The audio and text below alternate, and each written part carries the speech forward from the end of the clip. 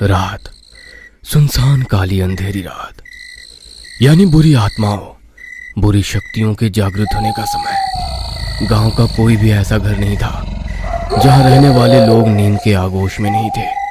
वैसे भी गांव में लोग जल्दी सो जाते हैं, और जिस समय की यह घटना है उस समय तो 7:30 बजे तक गांव के सभी लोग बिस्तर पर होते थे। 30 साल पहले की बात है। उस समय बिहार के उस गांव में बिजली नहीं पहुंची थी, इसलिए लोग लालटेन या डिबिया के सहारे ही अंधेरे को पराजित करने की कोशिश करते थे। गांव के अन्य लोगों की तरह दमयंती भी गहरी नींद में थी। हालांकि आजकल उसकी नींद रात में कई बार टूट जाती थी। दमयंती गर्भवती थी। उसका 8वां महीना खत्म होने वाला था। दमयंती अपने कोख में पल रहे बच्चे के आने का इंतजार बहुत ही बेसब्री से कर रही थी।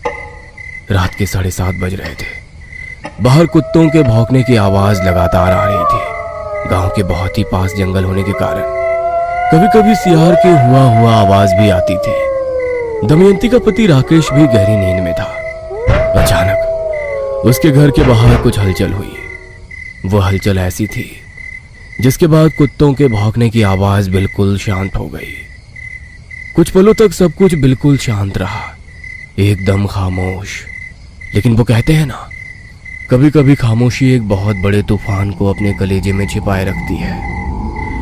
अचानक से वहां तेज हवा चलने लगती है। तेज हवाओं के चलने के कारण पेड़ों के पत्ते आपस में टकरा रहे थे और अजीब सी डरावनी आवाज पैदा कर रहे थे।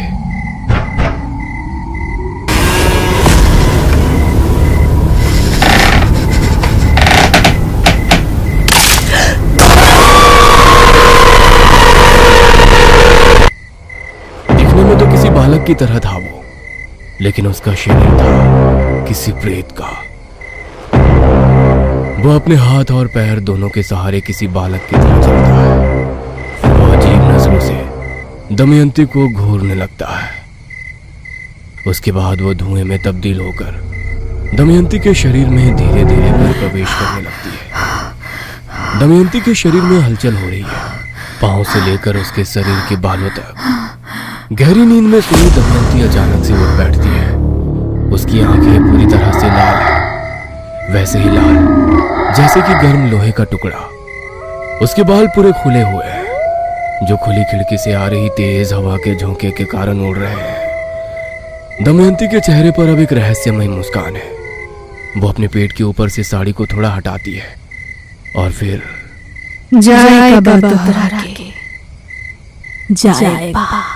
तोहरा दिन पूरा हो गया। जाने का है तुझे, जाने का, तुम्हारा दिन पूरा हो गया है। दमयंती ये कहते हुए जोर जोर से हंसने लगती है, इतनी जोर से कि राकेश की नींद खुल जाती है।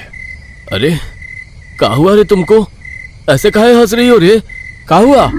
राकेश की बातों को सुनकर दमयंती उसे घूर घूर कर देखती है और फिर एक जोरदार लात उसे मारती है। लात इतना जोरदार थी कि राकेश दूर जा गिरता है और उसका सिर घर की दीवार से टकरा जाता है, जिससे उसका सिर फूट जाता है और उससे खून निकलने लगता है।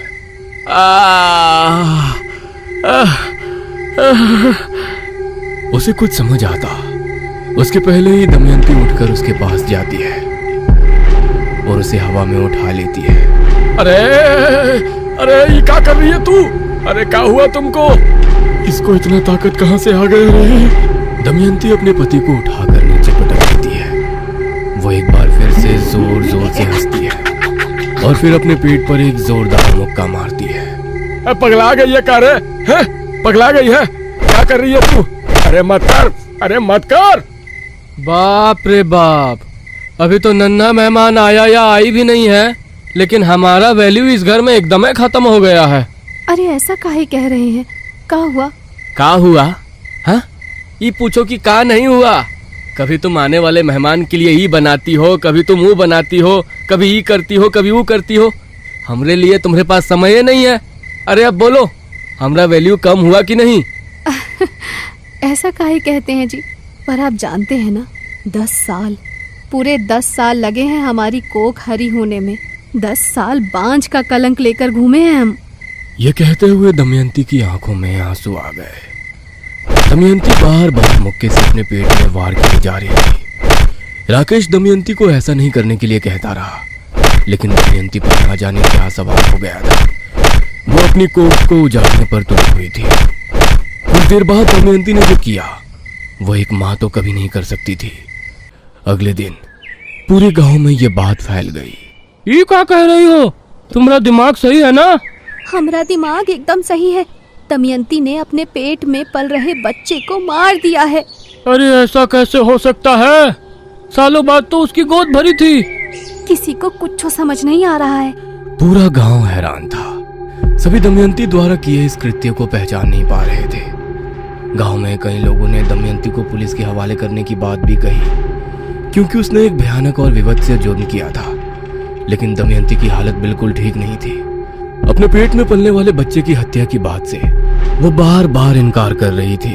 अरे हम काहे मारेंगे अपना बच्चा? हाँ, काहे मारेंगे? अरे कौन हो माँ अपना बच्चा को मारती है का? हाँ बोलिए, मारती है। और वो भी वो माँ जिसकी कोख ने सालों का इंतजार किया हो एक बच्चे के लिए।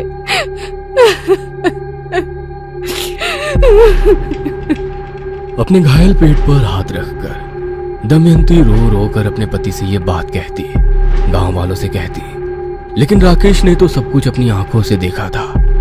हालांकि उसने एक और बात उस दिन अपनी आंखों से देखी थी, जिसे वो लोगों को बताता तो।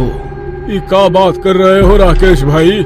देखो, हमको पता है कि तुम अपनी पत्नी को बहुत प्यार करते हो, पर उसने हत्या तो की है ना अपने पेट में पल रहे बच्चे की। अरे उसने नहीं की, कोई उसके शरीर में घुसा था, उसने की है। अरे कौन घुसा था? वो हम नहीं जानते, लेकिन बहुत ही भयानक था वो।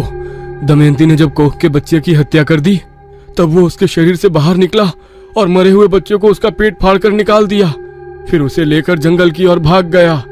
राकेश, ये सब कहानी बना के पूछो नहीं होगा। तुम्हारी पत्नी ने खून किया है तो किया है, अब काहे किया है समझ से बाहर है। ठीक है, दमयंती ने मारा है अपना बच्चा, पर ये बताओ हमारी पत्नी के कोख का बच्चा कहाँ गया? हाँ बोलो, कहाँ गया? इस घटना के एक सप्ताह बाद की बात है। रात के 12:30 बज रहे थे। राकेश की आंखों से नींद कोसों दूर थी। वह घर के बाहर बैठकर बीड़ी पी रहा था। तभी उसकी नजर एक ऐसी विचित्र चीज पर गई जिसे देखकर उसके दिल की धड़कन बढ़ गई। उसके पैर और हाथ कांपने लगे। उसके हाथ से छूटकर बीड़ी नीचे जा गिरी। उसने देखा कि वही जानवर नुमा बालक जो उस दिन दमयंती के शरीर से निकला था, वह रेंगते हुए उसके घर की ओर आ रहा है। अरे ये तो वही है, वही जो हमरे बच्चे को मारा था। वह जानवर नुमा बालक का पुत्र दमयंती के घर में प्रवेश करता है। थोड़ी देर उसे घूरता है और फिर एक बार उसके शरीर में प्रवेश कर जाता है। उसके शरीर में प्रवेश करने के बाद दमयंती एकदम से जाग जाती है। उसके बाद उसकी आंखें, उसका चेहरा, उसके हाव भाव पूरी तरह बदल जाते हैं। घर के बाहर ऊंट में छिपकर राकेश ये सब देख रहा था। उसके दिल की धड़कन लगातार बढ़ती जा रही थी। अचानक से राकेश देखता है कि दमयंती घर के बाहर आ रही है, लेकिन किसी इंसान की तरह नहीं, किसी जानवर की तरह, हाथ और पैर दोनों के सहारे। वो अपने मुंह से भयानक आवाज भी निकाल रही है। राकेश को समझ पाता, उसके पहले दमयंती उसी तरह चलते हुए राकेश के घर से कुछ दूरी पर स्थित मंगल के घर में प्रवेश कर जाती है। राकेश अपने हाथ में डंडा लेकर उसका पीछा करता है। ये मंगल के घर में क्या करने आई है? मंगल की बीवी भी तो गर्भवती है। राकेश के दिमाग में ये सारे सवाल चल ही रहे थे कि तभी उसे मंगल की पत्नी और मंगल के चिल्लाने की आवाज आती है। राकेश ने और देखा था, वह डंडा लेकर उसके घर में घुस जाता है। वहां जाकर देखता है कि दमयंती मंगल की पत्नी की छाती पर चढ़ी हुई है और उसके पेट में मुक्का मुक्का मार रही है। मंगल थोड़ी दूर घायल पड़ा है। यह दृश्य इतना भयानक था कि राकेश को एक बार फिर से उस दिन की सारी घटना याद आ गई। उसने पूरी हिम्मत की और डंडे का एक जोरदार वार दमयंती पर किया। दमयंती के सिर से खून बहने लगा। उसने राकेश की ओर घूर कर देखा और उस पर किसी जानवर की तरह हमला कर दिया। दमयंती राकेश का गला दबा रही थी। राकेश की आंखें बाहर आने को हो रही थी। तभी मंगल ने घर में रखी कुल्हाड़ी का वार दमयंती पर कर दिया। दमयंती जोर से चीख उठी। मंगल का दिल भी जोर जोर से धड़क रहा था, लेकिन हिम्मत का हाथ उसने नहीं छोड़ा। उसने कुल्हाड़ी का एक और वार दमयंती पर किया। दमयंती को उसके नीचे ही पड़ी और फिर वहां ऐसा कुछ हुआ जिसे देखकर मंगल, राकेश और मंगल की पत्नी के हाथ पांव फूल गए। उन्होंने देखा कि दमयंती के शरीर से एक प्रेतनुमा बालक निकल रहा है। वो उन सभी को घूर कर देख। मंगल ने जब देखा तो उसने कुल्हाड़ी का वार उस पर भी करना चाहा, लेकिन वो वहां से चीखते हुए भाग गया। उस प्रेत के शरीर से बाहर निकलने के बाद दमयंती बेहोश हो गई। दमयंती को उसी समय गांव के ही दवाखाना ले जाया गया और उसकी पट्टी की गई। अगली सुबह उसे शहर के डॉक्टर के पास ले जाने की तैयारी होने लगी, क्योंकि गांव में इलाज की बहुत सुविधा तो नहीं थी।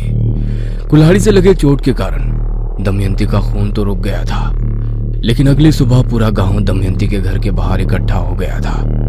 दमयंती बेहोश पड़ी थी। सभी लोगों को रात वाली बात पता लग गई थी। गांव के सबसे बुजुर्ग और अनुभवी शख्स सीताराम जी दमयंती के घर के बाहर लोगों के साथ बैठे हुए थे और उन सभी को कुछ समझा रहे थे। मुंजिया है वो मुंजिया, उसने कब्जा कर लिया है दमयंती के शरीर पर। बहुत खतरनाक होता है रे ये, बहुत खतरनाक होता है ये रे। गर्भवती स्त्रियों के गर्भ में इसकी विशेष नजर होती है, वो उनके गर्भ को नष्ट कर देता है। मुंजिया या मुंजा एक प्रेत है। ऐसा माना जाता है कि यदि कोई लड़का अपने योगोपवीत संस्कार के बाद 10 दिनों के भीतर मर जाता है और अगर वो प्रेत योनि को प्राप्त करता है तो वो मुंजिया या मुंजा बन जाता है। योगोपवीत संस्कार में मुंडन और पवित्र जल में स्नान महत्वपूर्ण होते हैं। मुंजिया या मुंजा प्रेत पीपल के पेड़ पर निवास करता है। इसके पास अलौकिक शक्ति होती है और वो वैसे तो किसी को कुछ नहीं करते, लेकिन यदि किसी ने गलती से पीपल के पेड़ पर बैठे मुंजिया को जगा दिया तो फिर ये अनर्थ कर देते हैं। आज तो शहर से लौटने में बहुत रात हो गई दमयंती। ना जाने कब एक बड़ा अस्पताल हमारे गांव में भी होगा जी। पूरा दिन अस्पताल आने और जाने में लग जाता है। राकेश और दमयंती बैलगाड़ी से अपने गांव लौट रहे थे। बहुत रात हो चुकी थी। कोई अनजान आदमी होता तो वो रात को उस रास्ते से नहीं आता जिस रास्ते से राकेश और दमयंती लौट रहे थे, लेकिन गांव वालों को तो आदत थी उस रास्ते से आने जाने की। सुनते हो जी, तनिक बैलगाड़ी रोकिए ना। बैलगाड़ी रोकूं? अरे काहे? देख रहे हो ना कितनी रात हो गई है, कहीं कोई चोर डाकू आ गया तो? अरे हम लोग तो कई बार इस रास्ते से गुजरते हैं जी, यहाँ कहाँ चोर डाकू। सुनिए ना, तनिक रोकिए ना, बहुत जोर से आ रही है हमको। ये कहकर दमयंती ने अपनी छोटी वाली उंगली ऊपर उठा दी। राकेश ने बैलगाड़ी रोक दी। दमयंती बैलगाड़ी से उतरी और पास ही झाड़ियों में चली गई, लेकिन उसे पता नहीं था झाड़ियों के पास ही पीपल का एक बहुत बड़ा पेड़ था और उसमें मुंजिया रहता था। तबे हम कहें कि ये मुंजिया कहाँ से इसके पीछे पड़ गया। अब तुमने सारी कहानी बताई तो पता चला। अब क्या करे चाचा, कैसे इससे बचे? ये तो बहुत ही खतरनाक है। हाँ है तो। चाचा, हमारे बच्चे को मुंजिया पहले ही मार चुका है। अब हम नहीं चाहते कि वो हमारी पत्नी को कुछ करे। हमारी पत्नी को बचा लीजिए चाचा, हमारी पत्नी को बचा लीजिए। ये कहकर राकेश रोने लगा। तब सीताराम चाचा ने राकेश के आंसू पोंछते हुए उससे ऐसी बात बोली जिसे सुनकर राकेश समेत पूरे गांव के लोग सन्न रह गए। ये क्या कह रहे हैं चाचा? ये कैसे हो सकता है? हम नहीं मानते, नहीं मानते। तुम मानो चाहे ना मानो, ये सच है। तुम्हारी पत्नी को उसी दिन मुंजिया ने मार दिया जब वो पहली बार तुम्हारे घर में आया था, और मारने के बाद उसने उसके शरीर पर कब्जा कर लिया। अब वो गांव के सभी गर्भवती औरतों के पीछे पड़ा है। सीताराम चाचा की बातों को सुनकर गांव वालों के चेहरे पर डर की रेखाएं साफ साफ दिखाई दे रही थी। उन्हें समझ नहीं आ रहा था कि इस मुंजिया से कैसे पीछा छुड़ाएं। राकेश के आंसू तो ये सुनकर ही नहीं रुक रहे थे कि उसकी पत्नी दमयंती मर चुकी है। देखो, मुंजिया से जीत तो कोई नहीं सकता, लेकिन उसे बांधा जा सकता है उसी पेड़ पर, मतलब उसी पीपल के पेड़ पर शाम के समय, क्योंकि ये सूर्यास्त के बाद ही निकलते हैं अपने शिकार पर। लेकिन ये काम हम लोग नहीं कर सकते।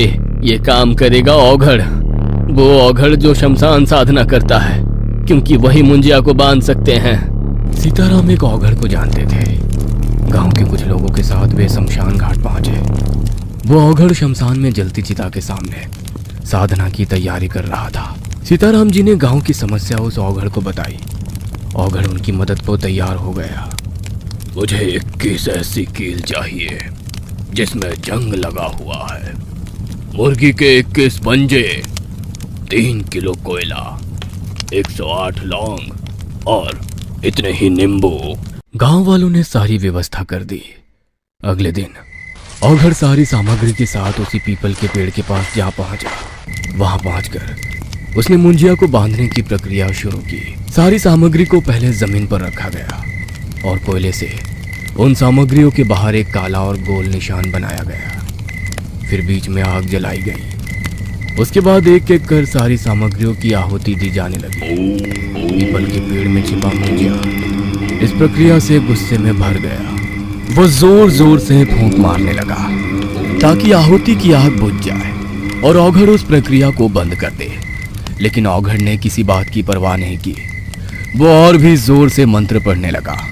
मुंजिया का गुस्सा अब और भी ज्यादा बढ़ गया। वो रेंगते हुए पेड़ से उतरने लगा और पीछे से जाकर औघड़ को पकड़ लिया और उसका गला दबाने लगा। जैसे जैसे मुंजिया का हाथ औघड़ के गले में कस रहा था, औघड़ की सांसें बंद हो रही थी। छोड़, मेरा गला छोड़। लेकिन मुंजिया तो गुस्से से भरा हुआ था। उसने अपना जबड़ा खोला और औघड़ के सीने पर जोर से काटने लगा। औघड़ के सीने से खून की धार बह निकली। औघड़ ने किसी तरह अपनी सारी ताकत लगाई और मुंजिया को पीछे धकेलना चाहा, लेकिन इस क्रम में उसके सीने का मांस मुंजिया के मुंह में आ गया। मुंजिया उसे चबड़ चबड़ करके चबाने लगा। उधर औघड़ दर्द से चीख उठा। लेकिन उस हालत में भी औघड़ ने हिम्मत नहीं छोड़ी और आग की देवी से जलती हुई लकड़ी निकालकर मुंजिया के पीठ पर खींचकर मारा। मुंजिया दर्द से तिलमिला उठा और उसे घूर कर देखा। फिर उसने जानवर की तरह चिंगारते हुए आग की देवी में छलांग लगा दी ताकि वो आग को बुझा सके। उसने जानवर की तरह चिड़राते हुए आग की देवी में छलांग लगाई। औघड़ को इसी बात का इंतजार था। उसने उसी समय 21 किलो को उठाया और मंत्रों की शक्ति से उसे अभिमंत्रित किया और उसे जमीन में गाड़ दिया। और फिर, मुंजिया, तू अब हमारे कब्जे में है, हमारा दास है तू। तू अब इस पीपल के पेड़ को छोड़। तेरा निवास अब यहाँ नहीं, इस किलो में है। तुरंत तो इसमें समा जा। मुंजिया किसी आज्ञाकारी बच्चे की तरह औघड़ की बातों को सुनने लगा और उसने जो कहा उसने किया। मुंजिया को बांध दिया गया उन किलों में। उसके बाद उन 21 किलो को पीपल के पेड़ के नीचे ही जमीन के अंदर पूरी तरह धंसा दिया गया और उसके ऊपर मिट्टी डाल दी गई। मुंजिया बंध गया। औघड़ फिर वहां से वापस लौट आया। मुंजिया अब भी मिट्टी के नीचे दबा हुआ है, लेकिन कब तक वह वैसे रहेगा कोई नहीं जानता, कोई नहीं।